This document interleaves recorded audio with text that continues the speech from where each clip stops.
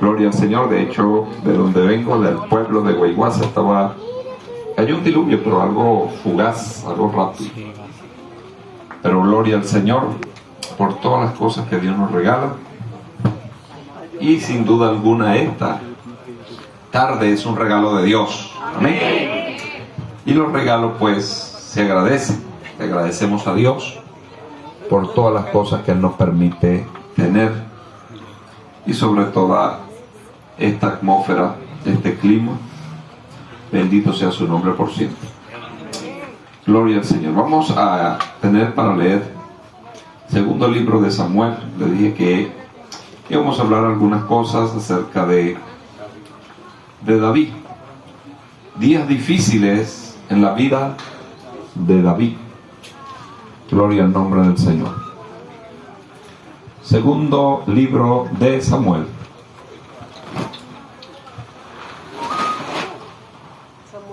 Gloria al Señor. Capítulo 21, verso 16. ¿Estamos bendecidos? Amén. Estamos bendecidos para bendecirnos.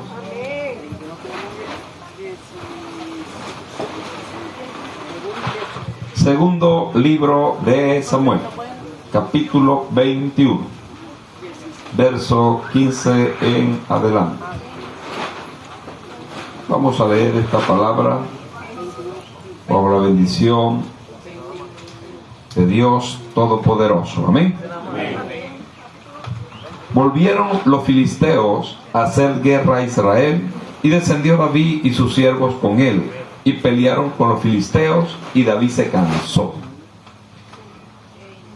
Isbi-Benob, uno de los descendientes de los gigantes, cuya lanza pesaba 300 siclos de bronce, quien estaba ceñido con una espada nueva, trató de matar a David. Mas Abisai, hijo de Sarbia, llegó en su ayuda e hirió al filisteo y lo mató. Entonces los hombres de David le juraron diciendo: nunca más de aquí en adelante saldrás con nosotros a la batalla, no sea que apagues la lámpara de Israel. Pueden sentarse en el amor de Jesús. Amén. Amén. Y da un aplauso al Señor.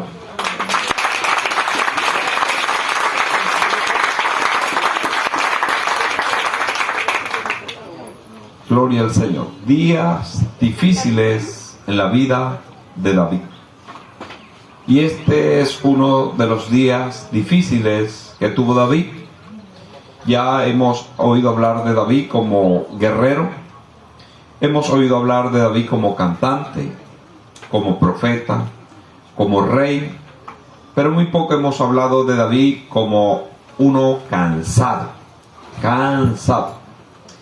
Los días de su cansancio vinieron tristes para él en un día de guerra, en plena batalla. Gloria al nombre del Señor. Es posible saber el momento de comenzar. Muchos comienzan una que otra cosa. Algunos no saben cuándo detenerse, cuándo dedicarse al descanso para fortalecerse o sencillamente retirarse. David, un guerrero aprobado por Dios, un guerrero mata gigante, que no era fácil el hecho de que él fuera un guerrero mata gigante, y de los mata gigantes de la Biblia del pueblo de Israel, pocos. El primero y principal, Moisés. Y luego saltamos a David, que pelearon con personas descomunales, que eran enemigos del pueblo de Israel. Ya ustedes y yo hemos sabido descifrar y entender que cuando se refiere en la Biblia como con la palabra gigante, cuando se interpreta para aplicarse a nosotros, entonces entendemos que el enemigo se mueve también como un gigante, que todas estas personas que le sirvieron al enemigo y se opusieron al pueblo de Israel, en ese tiempo eran eso, estorbos, enemigos a muerte. Ahora estos gigantes se presentan de múltiples maneras para nosotros, así que siempre vamos a tener uno que otro encuentro con gigantes. Algo gigante es algo descomunal, algo que sobrepasa las proporciones normales, algo que incluso intimida solamente al mirar, porque es descomunal, es grande. Y se le llama entonces gigante. Gigante. Gloria a Dios que el Señor Jesucristo nos ha enseñado a todos los que le servimos a Él a saber quién y en qué consiste el gigante para derribarlo en el nombre de Jesús. Pero si miramos al gigante, si oímos al gigante y nos quedamos ahí estacionados viendo su grandeza, tenemos miedo. Nos transmiten miedo. Una enfermedad para alguien puede convertirse en un gigante. Una problemática en la familia puede convertirse en un gigante. Un desacuerdo en un negocio, muchas formas y maneras en que se encuentran trabas en la vida, para alguien se le puede convertir en un gigante. Y los gigantes que atormentan a uno o persiguen a uno no son los mismos de otros. Posible que para alguien no sea el problema de gigante la salud, porque él o ella tiene la suficiente fe para resistir y mantenerse firme en fe con Dios. Pero es posible que alguien no tenga tal fe, entonces ese gigante para él es descomunal e incluso pudiera derribar. David, acostumbrado a la guerra, un hombre que no le temblaba el pulso para ir y establecer el reino de Israel, batiendo a los gigantes porque Dios estaba con él. Y sabemos que cuando él entra precisamente al conocimiento público en Israel, vemos que entró de esta forma, matando al gigante Goliat, gigante de proporciones realmente extraordinarias, y que era de la descendencia de esos gigantes filisteos, que por cierto, este que se encuentra ahora con David es también de la raza de los filisteos, posiblemente hermano, primo, algo cercano al gigante Goliat. Pero David ya no tenía las mismas fuerzas. David ahora debía haber entendido que después de estar por años en el campo de batalla, después de estar por años a la intemperie, viendo cómo los muertos caían, viendo noches frías, calurosas mañanas, batalla a toda hora, porque el enemigo, cuando se trataba de este tipo de guerra, buscaba lo que para él era su ventaja. Si él veía que atacar al ejército contrario en la madrugada era provechoso, lo iba a hacer. En la madrugada lo iba a hacer, en la mañana, en la lluvia, en la nieve.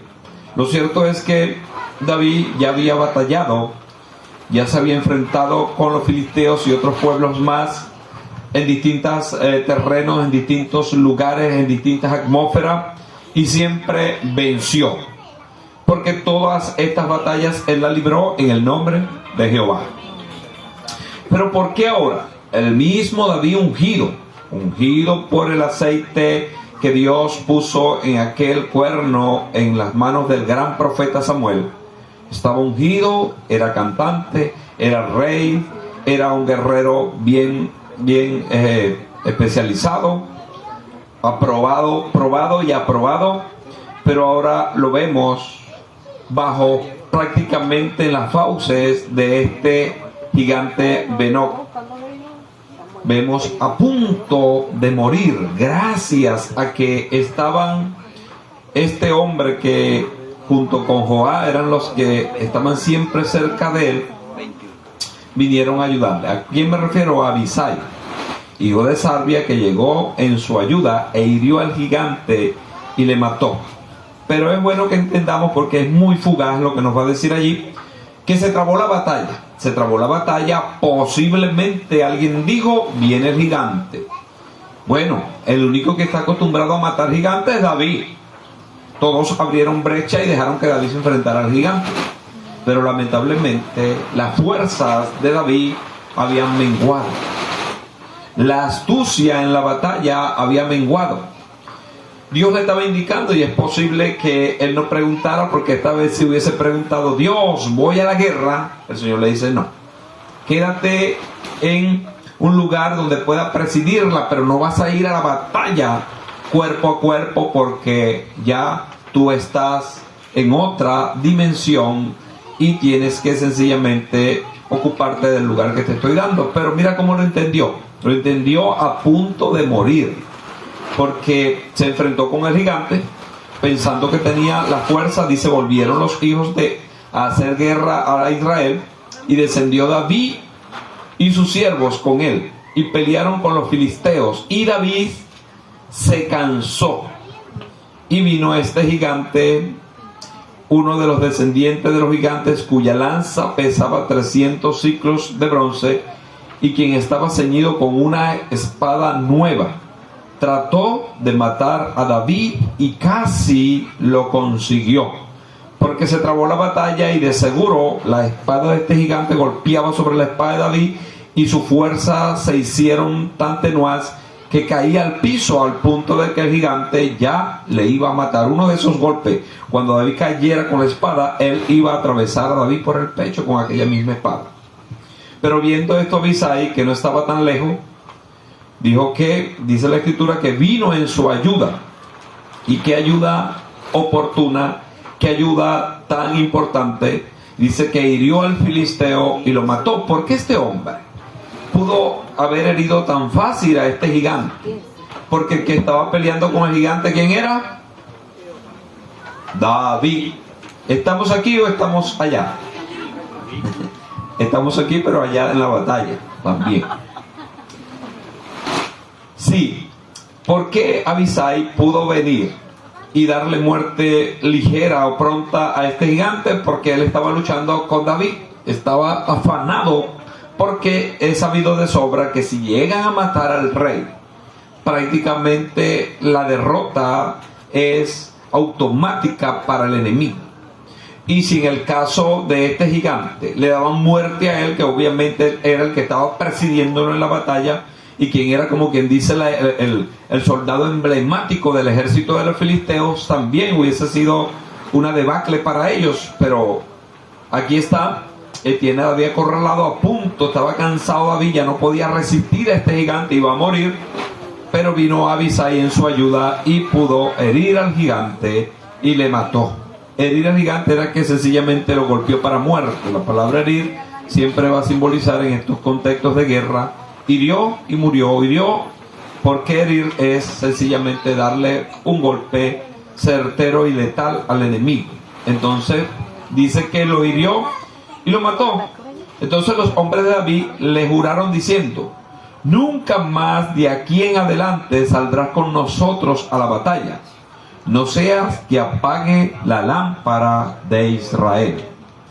Saben, y hemos hablado que hoy por hoy Israel tiene, como todas las naciones del mundo, sus símbolos. Y en los símbolos de la bandera, ellos solamente tienen una bandera blanca con franja azul casi en el borde superior e inferior de ese cuadro que hace la bandera, y en el centro tiene la famosa estrella de David. Y entre las escrituras que se tienen para haberse tomado esto como símbolo es este texto que acá se está escribiendo, lo que dice este hombre: no sea que apagues la lámpara de Israel. Entonces quizás a la hora de escoger el símbolo, una antorcha, una lámpara, cualquier cantidad de cosas, pero mejor le vino a ellos y tuvieron en consenso que una estrella da luz, y que entonces tomaron ese tipo de símbolo para ponerlo en la bandera. Y como David siempre es como el emblema para el Mesías, de hecho a Jesús se le reconocía como Jesús, hijo de David. Entonces se hizo esa estrella. Hay estrellas de 5 picos, estrellas de 4 picos, así lo llaman, y muchos otros picos, pero la estrella de Israel tiene 6 picos, porque son 2 ángulos entrelazados.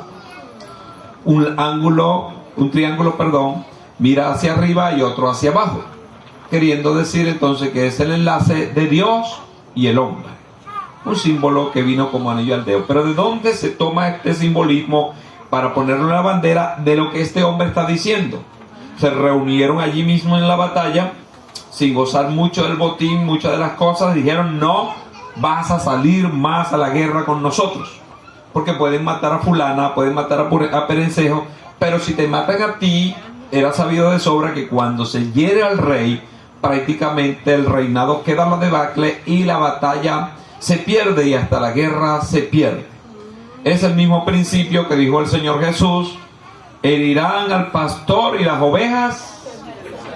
Era lo que se buscaba. De hecho, en ciertas guerras como la que ahora mismo se está librando allá en el territorio de Ucrania, según hay ciertos informes que a los francotiradores ucranianos, que son muy certeros y también certificados, están dándole grandes botines y trofeos si logran darse con la cabeza de los generales o de los principales rusos. Si se da, por cierto, de baja algún oficial de renombre, ellos saben que el daño es fuerte, porque si se mata a la tropa común, se repone. Pero una persona que ha analizado, que ha estado en batalla, que tiene experiencia, que tiene una mente bien ávida para poder con una sola decisión lograr una victoria, entonces es un trofeo mayor. Era lo que este gigante pensó con David. Si yo mato a David, el pueblo de Israel, el ejército de Israel, va a quedar sin guía, va a quedar sin forma, va a quedar ahí a las expensas de nosotros.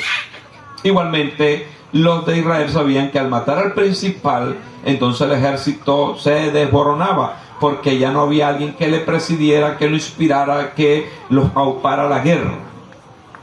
Entonces se tiene esta batalla, se tiene este consenso y se dice: nunca más de aquí en adelante saldrás con nosotros a la batalla.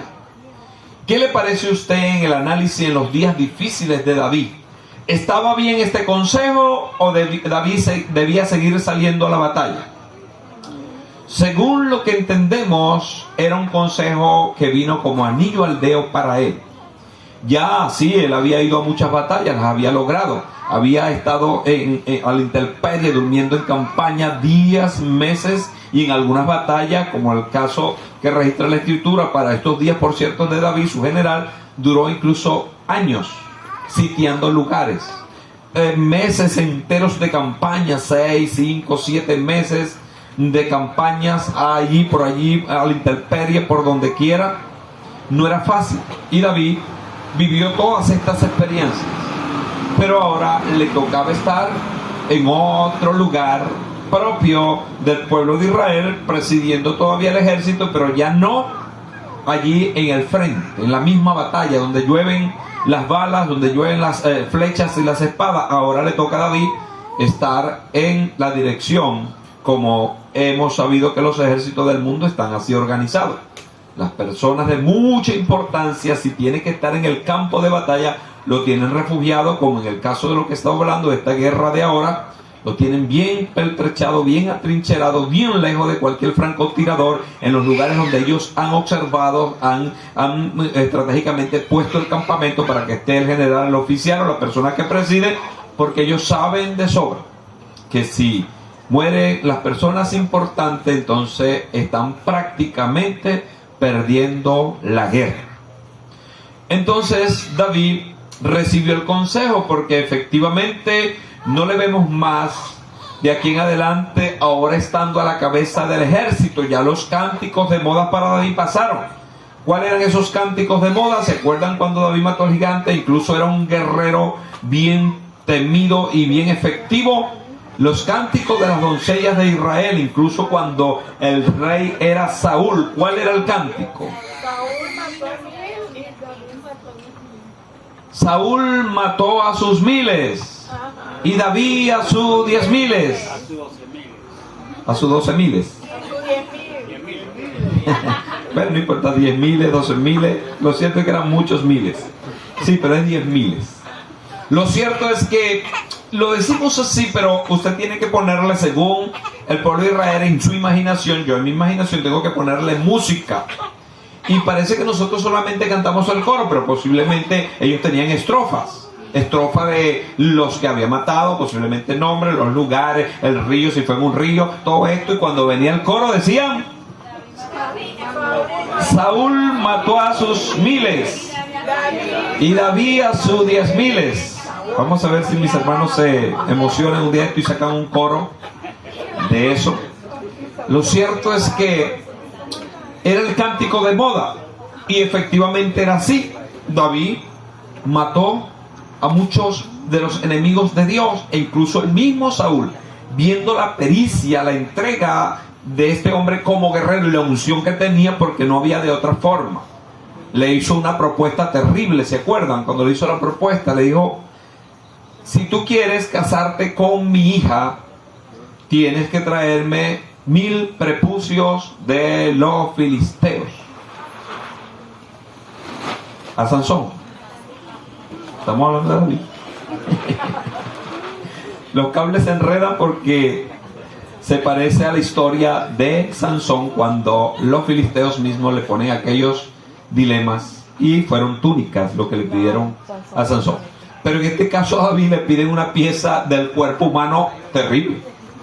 Prepucio es prácticamente la parte superior del miembro masculino. David tenía que traer eso, y David dijo: no importa, yo voy. Y salió a la guerra, y en el tiempo que se le recomendó, vino con esos trofeos de guerra, que no sé qué habrán hecho con ellos, ni quiero saber, pero se los entregó. Lo cierto es que David recibió su recompensa, aunque después lo engañó el mismo Saúl, porque no estaba en esa disposición. Pero hablando de hombre de guerra, ¿será que a David le podemos cuestionar porque erró, falló en algún momento de las batallas del pasado? No. Solo que la Biblia dice, y por cierto lo escribió su hijo instruido por él, Salomón, que todo tiene su tiempo. Todo tiene su tiempo. Todo tiene su hora. Todo tiene su momento. Esto es una gran enseñanza para todos nosotros. David, hombre guerrero, del cual puso un cántico de moda, que no todo el mundo le gustó esa moda, porque Saúl se enfurecía cuando oía este cántico, porque no lo nombraban a él como principal, aunque le daban su poquito de gloria humana. David, Saúl mató a sus 1000, pero estoy seguro que si él hubiese sido el compositor de ese canto, le dice: mira, a mí me sacan de ahí, metan mejor a otro, a mí no. ¿Cómo me van a poner a mí el rey por debajo? Que yo maté a 1000 y David a 10,000. De hecho, le enojó al punto de que por ahí empezó el deseo terrible de matar a David. Bueno, lo cierto es que David era un hombre de guerra excelente. Pero ¿por qué ahora este gigante menor a Goliat? Porque el principal de estos gigantes, de los más terribles que había, era Goliat. Y David lo mató. ¿Y de qué manera lo mató? ¿Se acuerdan? Historia corrida en la mente de todos nosotros. Está en el primer libro de Samuel, en el capítulo 16. Comienza la historia de cómo David mata a Goliat. Lo mató con la fe, porque sí, usó en verdad la piedra y la honda, pero lo mató fue con la fe, porque es imposible guerrear a la manera que guerreaban estos hombres contra los enemigos del pueblo de Israel y ganar y obtener victoria sin tener fe. Era imposible. De hecho, el mismo Goliat, cuando vio a David, dijo: ¿y este que cree que soy un perro? Va a venir con palos y piedras, porque David venía con su cayado de pastor y posiblemente su bolsito, donde traía 5 piedras lisas bien bonitonas, y las agarró, y una de esas fue la que usó para matar al gigante Goliat. No tenía miedo, e incluso no tuvo nada de miedo, que cuando el gigante cae, ¡blum! ¿Qué hizo David? ¿Salió corriendo? ¿Cómo hace el leñador? ¡Fuera, abajo! Y sale corriendo. No, el hombre salió corriendo sobre Goliat, le quitó la espada de Goliat y le cercenó su cabeza. Y tenía bastante fuerza, porque dice que llevó la cabeza de Goliat a Saúl. Y ese cabezón debe haber pesado bastante, porque si era gigante, la cabeza también debía haber sido gigante, porque todo es un gigante, gigante. Entonces David, sin duda alguna, era un peleador y vencedor para Israel. Pero ahora, ¿por qué un gigante de menor estatura, con menos proporción, con menos capacidad de guerra que la que tenía Goliat? Porque si hacemos y ponemos detalle, cuando se está dando la biografía de Goliat, la pequeña biografía que se hace allí, en ese mismo capítulo del primer libro de Samuel, dice que este hombre había sido llevado a torneos que se habían hecho de manera local, de manera posiblemente estatal y luego nacional, y de un torneo nacional de haber quedado invicto Goliat, entonces fue llevado a la guerra. Por eso ellos decían: si uno de ustedes sale y enfrenta a este hombre y le vence, nosotros somos sus siervos, pero si él le llega a vencer, ustedes serán nuestros siervos. Ellos sabían cuál era el gallo con el que querían poner a pelear al pueblo de Israel. Pero todo gallo tiene su momento de ser vencido, si no entiende el momento en que tiene que retirarse. Era el momento que David se retiraba. Siempre me acuerdo del cuento que me hizo, un cuento verdadero, el varón Miguel. Nos contó que alguien le contó a un familiar de él que en ciertos pueblos de Venezuela se acostumbraba, quizás por allá en los 40, 50, a tener siempre en algún pueblo un peleador. Y aparte de peleas de gallos que hacían, siempre tenía peleas de hombres, que mira, fulano dice que te vence, y apostaban. Y había un invicto, un hombre que estaba invicto en ese pueblo, dice Miguel, que le contaron sus familiares. Y cuando este hombre ya nadie le podía ganar, era un hombre muy bien peleador. Pero en cierta ocasión lo sorprendieron ya bajo los whiskies, bajo el efecto del alcohol, y alguien vino, porque en verdad le habían traído un gallo de otra tierra, uno también que era un invicto. Pero se lo trajeron y calcularon: vamos a esperar que se emborracha vecino, pero vamos por ahí. Aparte que este es un buen peleador, pero si lo encontramos un poco mareado, bueno, la cosa va a ser más fácil. Y efectivamente, sin embargo, cuando le hicieron la propuesta, alguien le dijo: no puedes pelear porque tú sabes que no te puedes. No, tráigame que yo voy a pelear. Yo lo peleo. ¿Sabes? Cuando ese tipo de personas bajo los efectos de alcohol y le mueven el orgullo, ellos se creen que son Superman. Entonces dice que como andaba con una ropa que no se había preparado para pelear, llamó a su sobrino, a alguien llamó, vamos a suponer que fue el sobrino. Le dijo: dile a mi esposa, a María, que me mande la camisa de echagolpe. Lo mandó. Y el hombre fue corriendo y a los 7 minutos estaba por allí, quita la camisa, se quitó, se cambió y empezó la pelea. Los compadres de este hombre se metieron a quitarlo porque lo iban a matar. Cuando perdió la pelea, perdieron el dinero. Y le preguntan: compadre, ¿pero cómo perdió usted? ¿Dónde está el muchacho? Porque ese muchacho, yo le dije que me trajera la camisa de echar golpe, y me mandó fue la de recibir golpe. Él no iba a reconocer que ya estaba vencido, que tarde que temprano alguien iba a venir a vencerlo.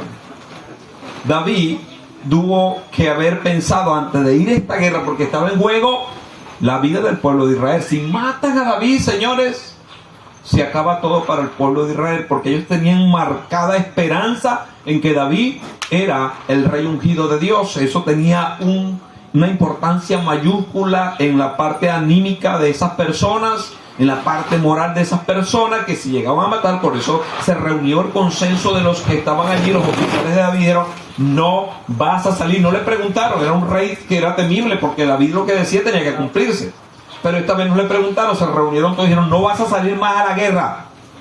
Y a David le gustaba ir a la guerra, porque los guerreros, ¿dónde les gusta estar?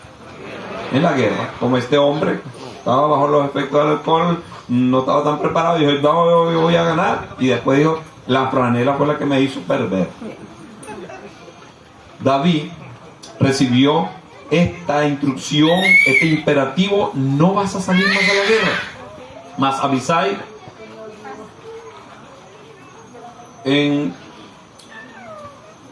Mas Abisai, hijo de Sarbia, llegó en su ayuda e hirió al filisteo y lo mató. Entonces los hombres de David le juraron diciendo: nunca más de aquí en adelante saldrás con nosotros a la batalla, no seas que apague la lámpara de Israel. Ese es el verso 17. No sea que se apague la lámpara de Israel. La luz va adelante y va alumbrando por donde todos van pasando. Si llegaban a matar a David, la luz de Israel se apagaba y el pueblo se dispersaba, y los filisteos iban a hacer fiesta con el pueblo de Israel, como estaban haciendo antes de que llegara David. Pero ahora sencillamente David ya no está preparado para la batalla, pero sí su ejército, que por cierto él fue el que preparó. Porque de esto es importante hacer señal que David en los días difíciles de su vida, él había preparado un pueblo. Este Abisai no era un guerrero mata gigante por casualidad. La inspiración la recibió ¿de quién? De David. Usted y yo debemos inspirar a las personas y hacer todo lo que se debe hacer para Dios, pero llegará un momento en que vamos tomando algunas posturas donde ya no seremos tan visibles, pero eso es normal y debemos saber el tiempo en que la fuerza ya no son las mismas. Importante que el ser humano se dé cuenta de esto. Hay hombres, hay mujeres que no saben en qué momento tienen que retirarse. Y saben, en Estados Unidos hay una incidencia en ciertos estados alarmante de accidentes de ancianos de 75 o 80 años en adelante. Resulta y acontece que a muchos se les recomienda después de tal edad, ya no es bien, no tiene los mismos reflejos, hay muchos carros ahora, X o Y, pero dice, no, yo sé manejar. Incluso se han grabado a varios ancianos que en vez de pisar el freno cuando iban a chocar, pisaron el acelerador. E incluso uno se metió en un restaurante y desbarató todo eso y le decían, suelte, y ella soltó el volante, soltó todo, pero no soltaba el pedal del acelerador. Porque supieron el tiempo en que debían manejar, lo hicieron muy bien, pero ahora no quieren entender el tiempo en que tienen que dejar de hacer eso. ¿Por qué es difícil dejar de hacer algo cuando ya uno lo ha hecho? Por la costumbre. Y se acuerdan de aquella cantante mexicana o española, o si no, de alguna parte de la tierra mexicana, que dice que no cabe duda que es verdad que la costumbre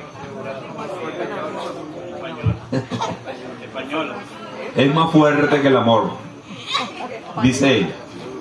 Hay personas que se han acostumbrado tanto a algo que no saben que ya no pueden estar más en ese algo.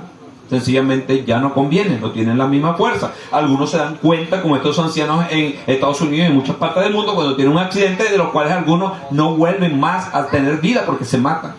O matan a alguien o se matan ellos. Porque no saben el momento en que tiene que retirarse, porque hay una mente que dice, si me retiro estoy viejo y cansado. Yo no quiero que me digan viejo y cansado.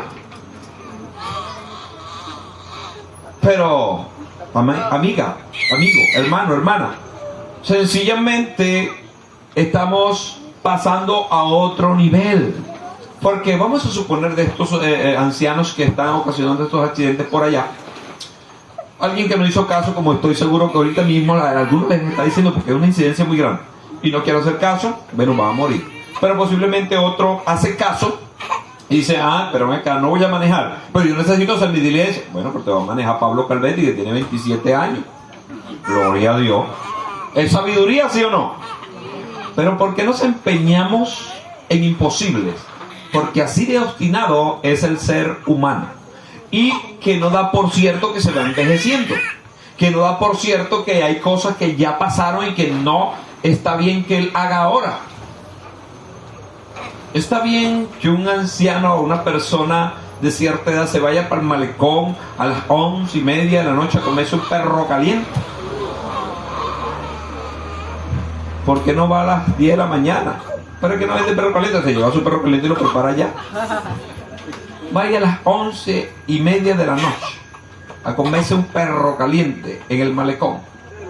No es prudente. Pero es que yo lo hice, bueno, pero cuando lo hacía después tenía 14 años. Lo cierto es que el saber cuándo debemos dejar de hacer algo es sabio. Lo hemos visto en algunos grupos cristianos, en algunas iglesias, donde ciertas personas piensan que por dedicarse a la consejería en la iglesia y ya no estar al frente del pastorado, piensan que están neutralizando o abandonando su ministerio de pastor. Primero y principal, que el ministerio, si Dios te lo dio, es irrevocable. Irrevocable. ¿Por qué es que ahora no puedes tener la misma profundidad en la iglesia? Precisamente por eso. Me llamaron para aconsejar de alguna otra forma, pero fue imposible porque es una persona ultra super obstinada en cuanto a sus posiciones. un anciano que ya debía estar de retirada, ya no ve ya nada, pero él tiene que predicar todos los domingos en la mañana y en la tarde. Y está bien que lo haga, pero es que ya no lo está haciendo, ese es el problema. Porque tenía para ese tiempo quizás un año, o quizás menos o más, repitiendo el mismo mensaje, Benito, en la mañana y en la tarde, en la mañana y en la tarde. Y ya la gente no tiene ningún tipo de pasión por oírlo, porque sencillamente siempre está diciendo, ya él tiene eso acá, pero no hay forma ni manera en aquel momento de que entendiera, porque él entendía que si dejaba de hacerlo era como que si ya fracasó. No. Pero ¿sabe por qué sucede esto? Porque la persona no se prepara para saber en qué momento tiene que entregar el mando a otro. En verdad va a ser difícil, porque incluso a usted le puede pasar como padre, como madre en su casa, que su hija le dice, mamá, ya no estás haciendo la arepa tan redonda, por decirle algo. Déjame que yo la hago. No, a tu papá y a su hijo preferido, Andrés, le gusta así.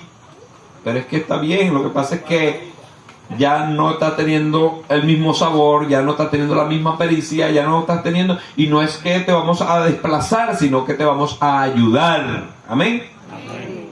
El que no entiende que su puesto que se le dio es único, tiene celo de perder el puesto. Y entonces allí algunos se atrincheran y quieren mantener su posición, cuando ya Dios le ha dicho, pasa a otra instancia, pasa a otro nivel, vete a otro lugar, haz algo diferente. Nos acostumbramos siempre a hacer la misma cosa, pero usted ve que David tuvo problema con eso. No. Se reunieron sus generales, lo que a David le apasionaba, le dijeron, David, no vas a salir más a la guerra, un imperativo, no vas a salir. Porque si te matan a ti se acaba todo.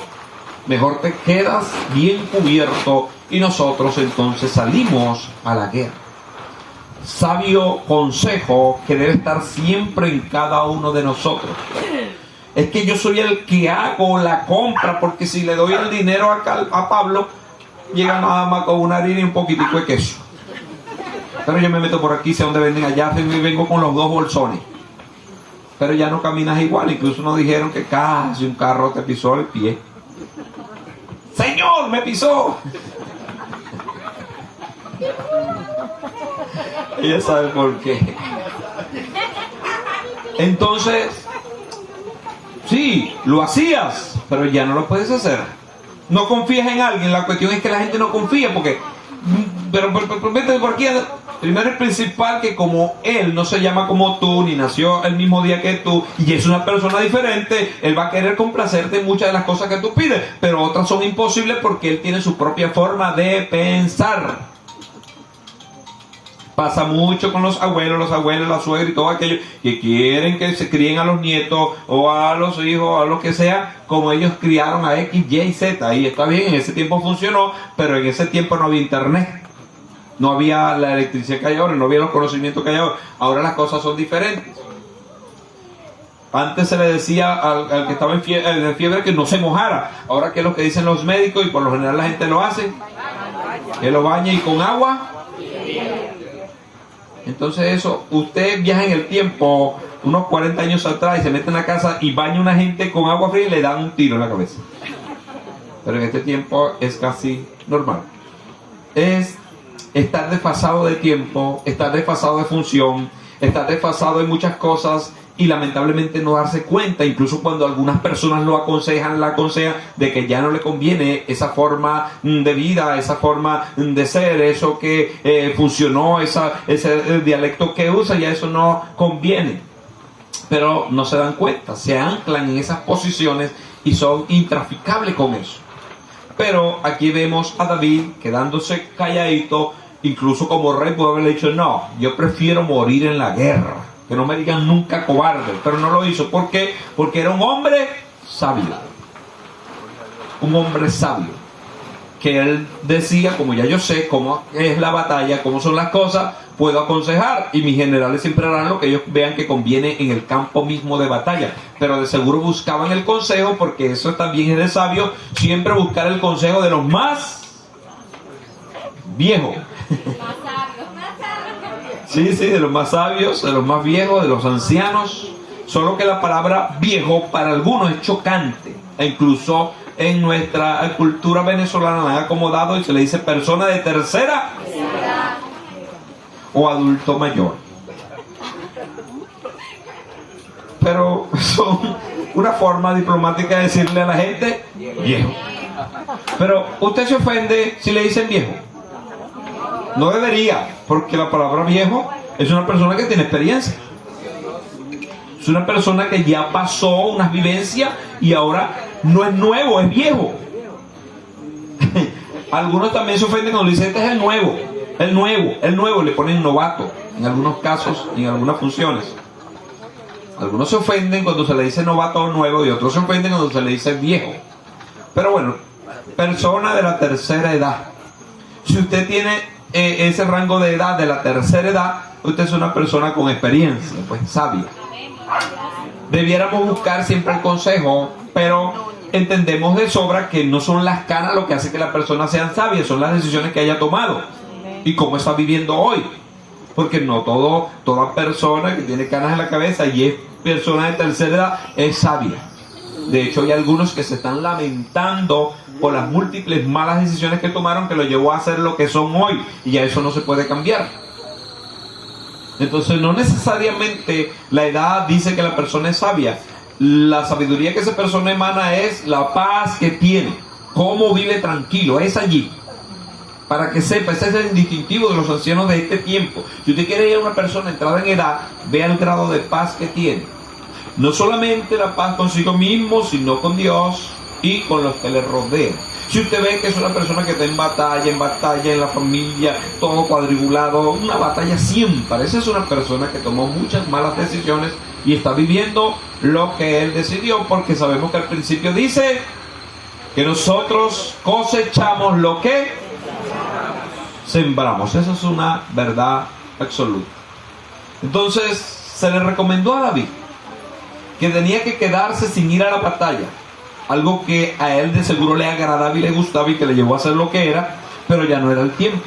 Ahora tenía que presidir y dedicarse a otras cosas del reino para sostenerlo, al punto de que estos le dicen que si tú llegas a morir en batalla, entonces el pueblo de Israel sencillamente no tiene quien lo presida, quien lo dirija a la batalla, y hemos perdido casi todo.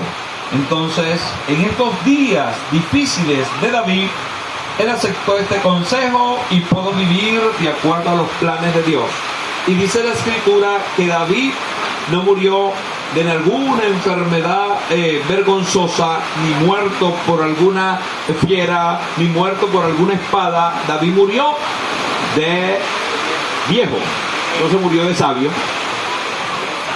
Murió de sabio, murió de viejo. Murió de esa manera porque hizo caso al consejo de saber cuándo detener su pie de la guerra. ¿Cuándo sabe un hombre que trabaja y se afana que debe de tener ya el martillo, la pala, las cosas?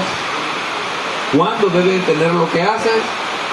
Pídele a Dios que te dé esa sabiduría, porque es necesario escuchar a Dios en esos tiempos de decisiones, porque sencillamente esas decisiones marcarán un antes y un después. Tranquilo, que creo que esa es la misma lluvia de Guayguasa, dura como 20 minutos, 25 y luego se va, y allá por lo menos salió otra vez casi el sol. Aquí va a salir la luna. Y bueno, saben el aire acondicionado que tenemos, que nos permite que nos van a caer, pero gloria al Señor por todas las cosas.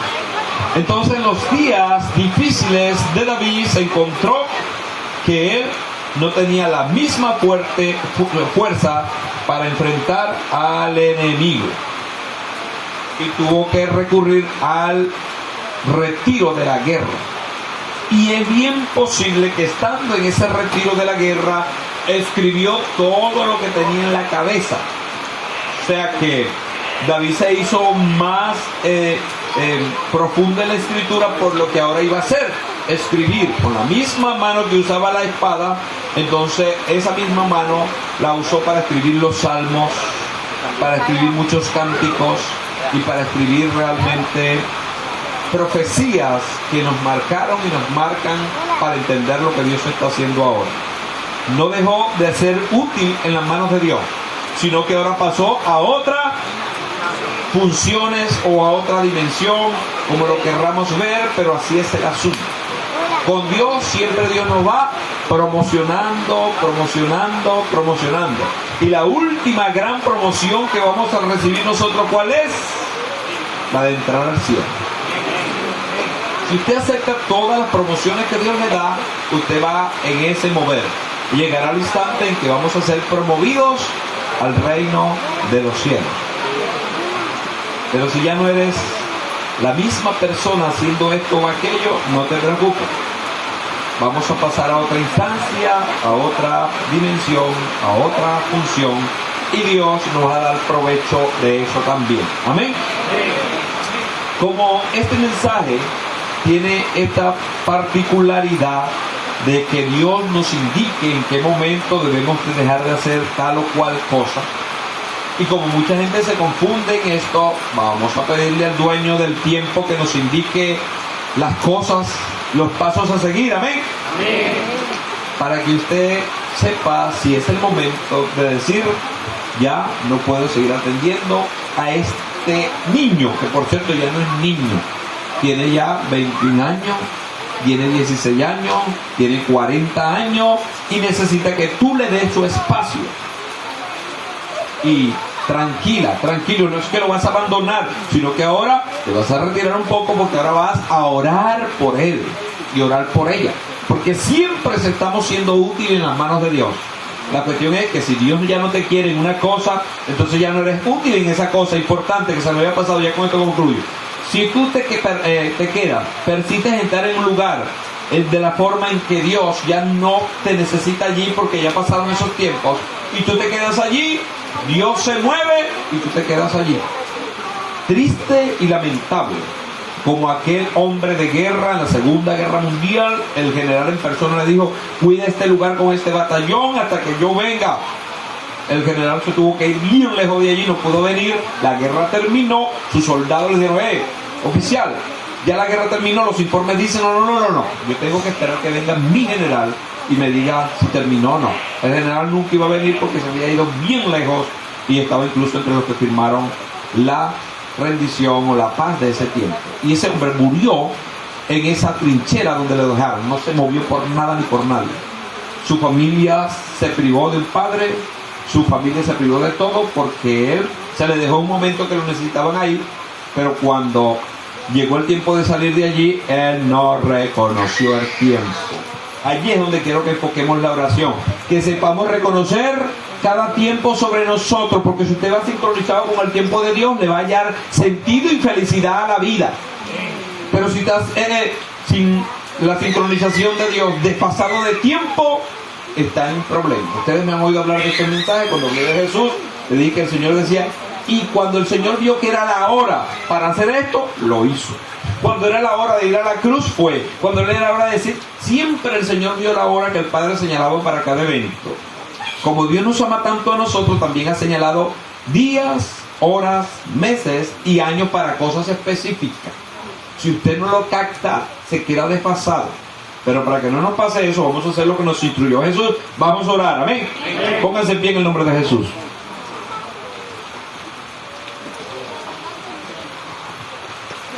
Como debe comenzar toda oración, con acción de gracia, agradecemos a Dios.